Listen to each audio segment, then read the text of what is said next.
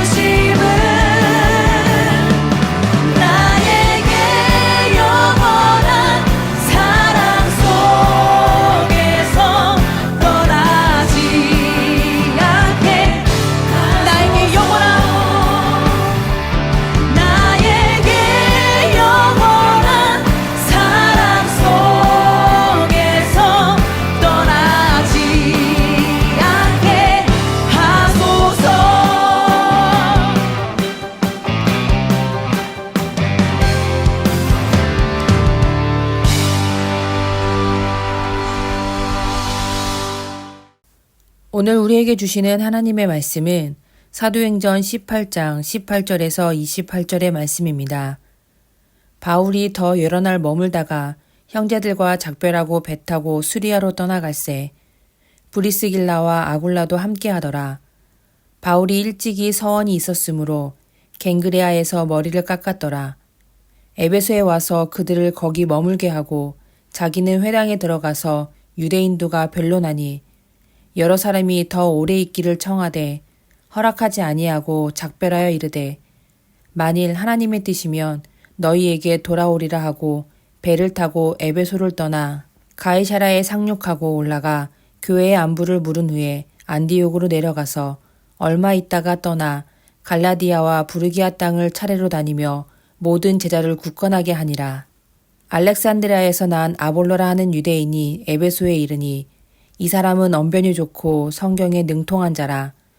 그가 일찍이 주의 도를 배워 열심으로 예수에 관한 것을 자세히 말하며 가르치나 요한의 세례만 알 따름이라.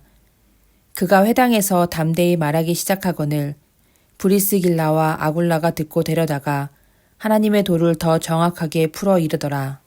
아볼로가 아가야로 건너가고자 하므로 형제들이 그를 격려하며 제자들에게 편지를 써 영접하라 하였더니 그가 가매 은혜로 말미암아 믿은 자들에게 많은 유익을 주니 이는 성경으로서 예수는 그리스도라고 증언하여 공중 앞에서 힘있게 유대인의 말을 이기미러라. 아멘. 바울은 고린도를 떠나 에베소로 향합니다. 그리고 중간에 갱그리아에서 오래전 서원한 것에 대한 마무리의 의미로 머리를 깎습니다. 머리를 깎는다는 것은 나시린의 의무를 종료한다는 것인데 이는 기간을 정해놓고 한 서원에 대해서도 적용이 됐습니다. 성경은 바울이 어떤 서원을 했었는지 기록하진 않지만 자신의 믿음을 지키며 그리스 선교에 헌신하고자 하는 의지가 아니었을까 생각을 해봅니다. 선교 기간 동안 지켜주신 것과 열매를 주신 것에 대한 감사의 마음으로 머리를 깎으며 서원을 마무리한 것이 아닐까 생각해 봅니다. 서원은 목적을 이루고 목표까지만 가면 되는 것이 아닙니다.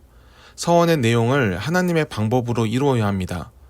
서원의 표본이 되는 나시린들은 평생토록 머리를 깎지 않고 독주를 마시지 않으며 구별된 생활을 했습니다. 하나님을 경외하며 하나님의 뜻을 이루는 방법으로 자신을 절제하는 삶을 선택한 것입니다. 바울의 서원은 바울 자신을 통제하는 역할을 했을 것입니다. 복음이 거절당하고 핍박을 당하면 당연히 억울하고 분합니다. 상대를 미워하고 원수로 생각하며 훗날 복수를 기약할 수도 있습니다. 하지만 바울은 그러지 않았습니다. 그의 성정이 따뜻해서가 아닙니다. 그것은 하나님의 방법이 아니었기 때문입니다. 바울은 예수님의 길을 가기 원했고 다른 유혹에 빠지지 않도록 서원을 통해 자신을 통제했습니다. 끝까지 하나님의 사람이길 원했던 것입니다.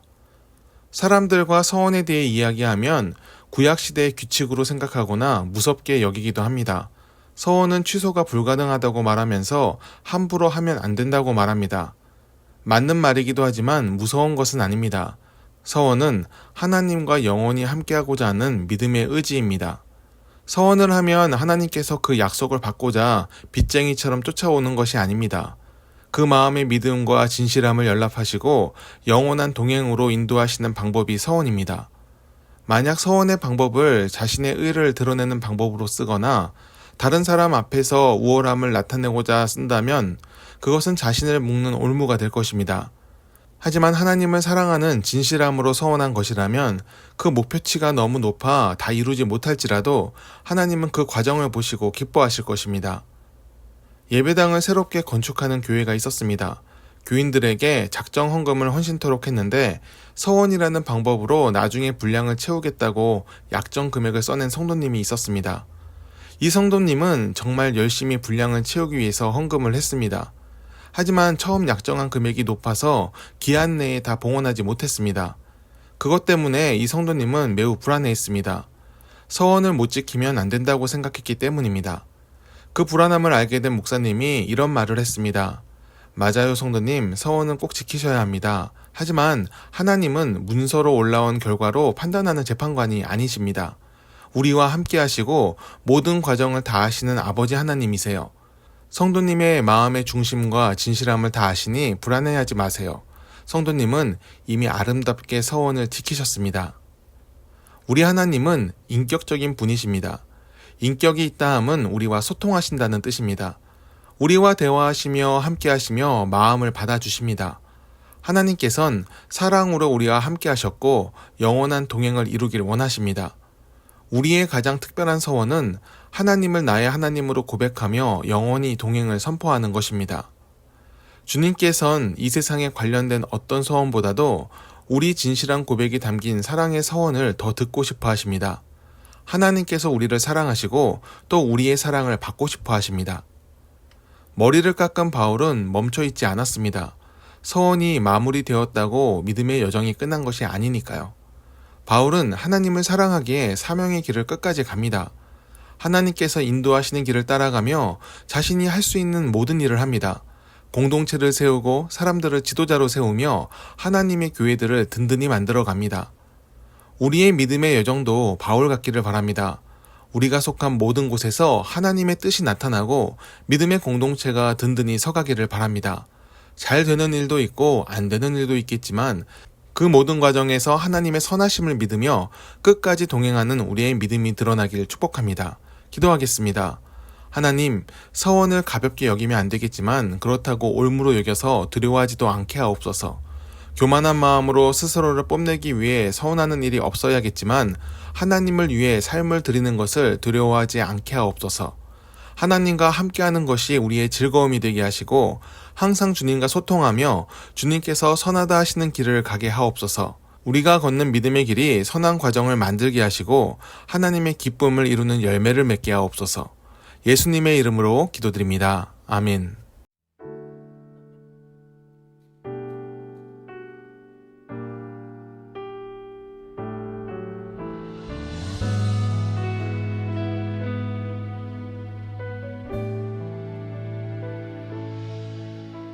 세상은 변해가고 소망은 힘을 잃어도 변함없이 붙드시는 그 구원의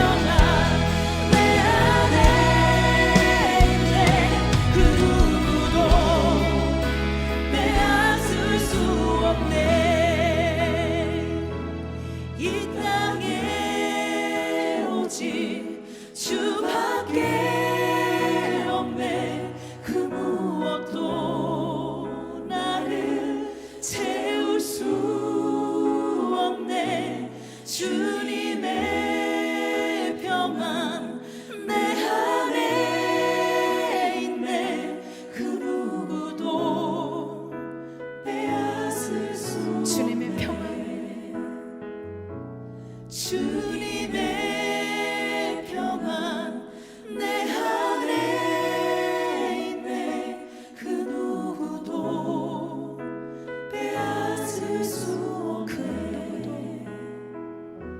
그